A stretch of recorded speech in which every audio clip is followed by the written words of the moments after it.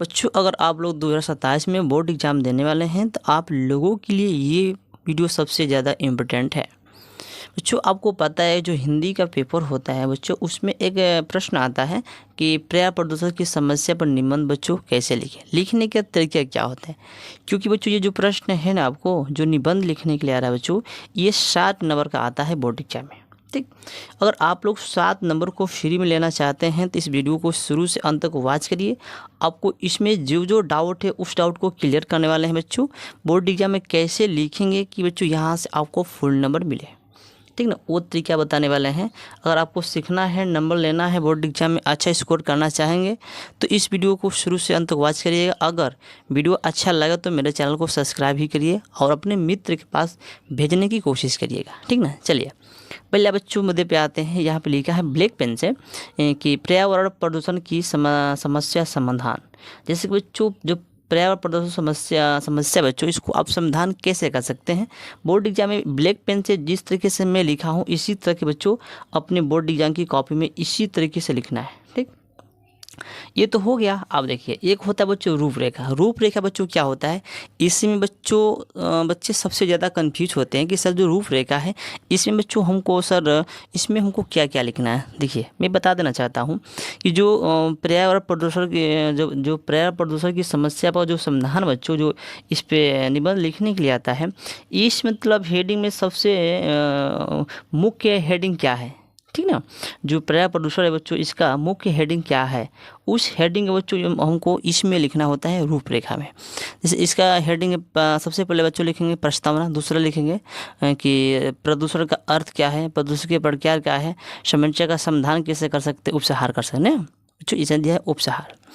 जो रूपरेखा है बच्चों जो इसका मेन हेडिंग है उसको हमको रूपरेखा में लिखना होता है, ठीक ना। इतना समझ गए। चलिए हम पहला हेडिंग देते हैं बच्चों प्रस्तावना।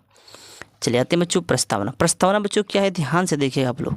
जिस तरीके से मैं लिखा हूँ उसी तरीके से आपको बोर्ड एग्जाम की कॉपी में लिखना है और लिख के आना है बच्चों। मैं विश्वास दिलाता हूँ यहाँ से आपको एक भी नंबर नहीं कटेगा। जिस तरीके से मैं लिखा हूँ अगर इस तरीके से लिख के आते हैं बोर्ड एग्जाम की कॉपी में तो बच्चों यहाँ से आपको फुल नंबर मिलेगा।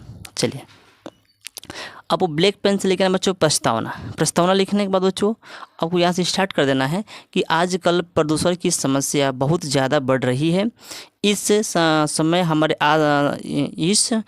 हमारे सक्षम सबसे बड़ी चुनौती को बचाने का है, क्योंकि पानी, हवा, जंगल, मिट्टी आदि सब कुछ प्रदूषित हो चुका है। इसलिए प्रत्येक व्यक्ति को पर्यावरण का महत्व बताया जाना चाहिए। यदि हमने इस असंतुलन को दूर नहीं किया तो मानव जीवन वाष्य हो जाएगा और पता नहीं तब तक मानव जीवन होगा भी या नहीं। आपको हमको प्रस्तावना में इस तरीके से लिख देना है।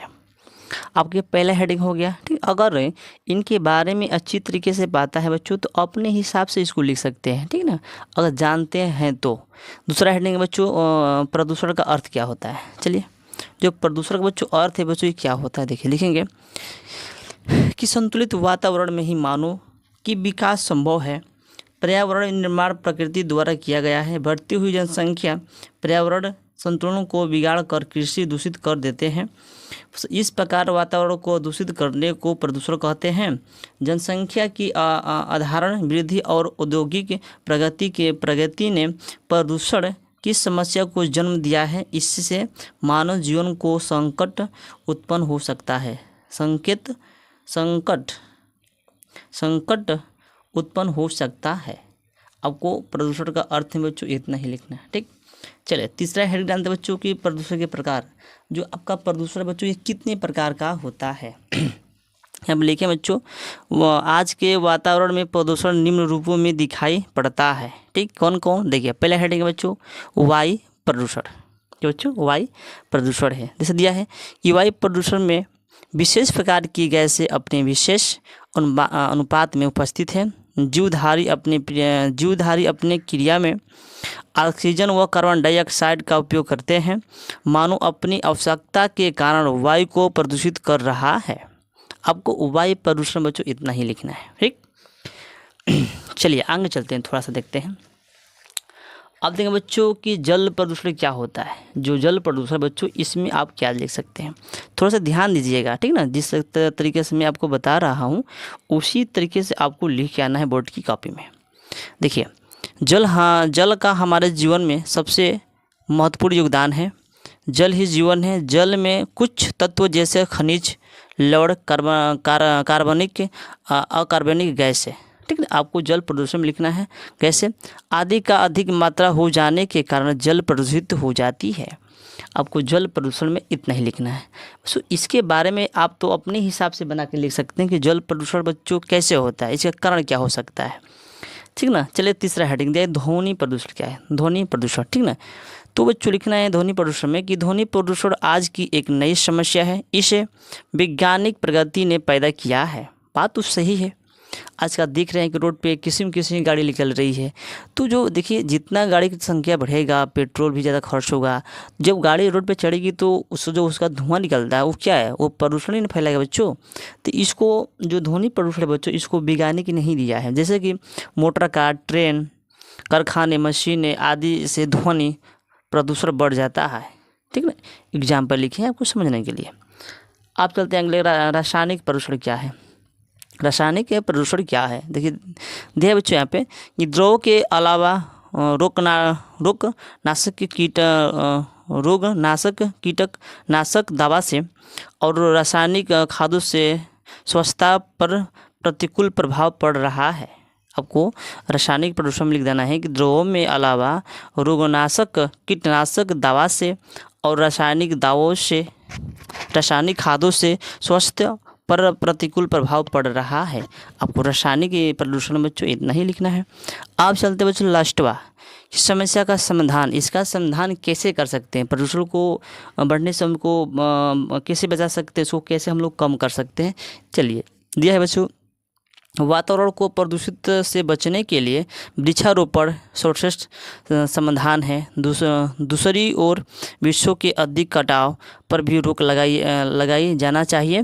बढ़ती हुई जनसंख्या और औद्योगिकरण ने विश्व के प्रमुख प्रदूषण की समस्या पैदा कर रही है। आजकल वायु प्रदूषण, जल प्रदूषण, ध्वनि प्रदूषण, रासायनिक प्रदूषण आदि को कम करो और उसको सक्षम करने का प्रयास करें। आप इस तरीके से बच्चों जिससे दिया है, इस प्रदूषण को आप, वायु प्रदूषण को, जो पर्यावरण प्रदूषण है उसको आप रोक सकते हैं, ठीक ना। इस तरीके से आप उसको रोक सकते हैं। इसे काम करेंगे तो आपका जो प्रदूषण है बहुत ज़्यादा बदलाव होगा, रुक जाएगा। तो जिस तरीके से मैं बताया बच्चों, इसी तरह से आपने बोर्ड की कागज़ात की कॉपी में लिख के आना है। और बच्चों 7 नंबर यहाँ से फ्री में लेना है, तो इस वीडियो को शुरू से अंत तक देखिएगा और मित्रों के पास भेजने की कोशिश करिए, ठीक है ना। चलिए बच्चों आज के बस इतना ही, मिलते हैं अगले नेक्स्ट वीडियो में, तब तक गुड बाय।